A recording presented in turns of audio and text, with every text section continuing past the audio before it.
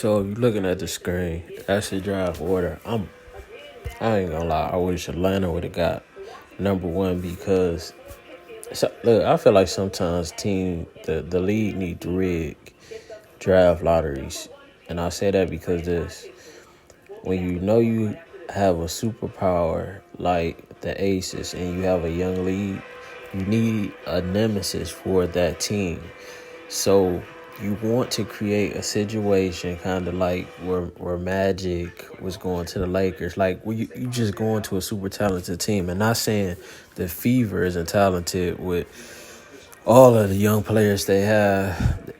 Familiarity for Aliyah Boston with Henny, Alyssa Smith, and Igbo, and, list goes on. We know all the talent over there. But they young. So I would have rather... And I still would have rather her go to Atlanta. And not saying Atlanta's just super veteran, but they're more mature to me. They was right on the brink of the playoffs. It was just a couple games to knock them off. I like the coaching. Her and Ryan seem to have a good relationship. They got Parker over there. Ari McDonald. I just feel like the pieces they had, they fit her personality, and she just could have came in, and they would have been an instant playoff team and a future possible champion. So that's just something I wanted to see. But it's not horrible, Indiana. I'm happy it's not Minnesota. I'll say that because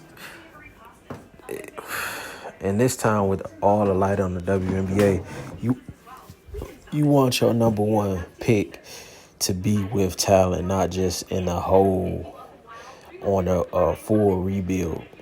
So Washington would have been good, and then if they could have signed Stewie, that's a perfect nemesis for the Aces.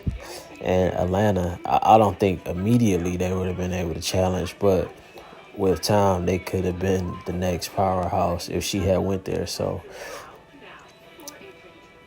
Fever, not totally mad. I think Boston will be cool with going to play with Henny. This might give Henny more usage. How long does it take them to become a playoff team? I'm not sure. Maybe a few seasons, but she should be able to have an instant impact because she's very mature, seems to understand the game well. We know what she does on both ends of the floor.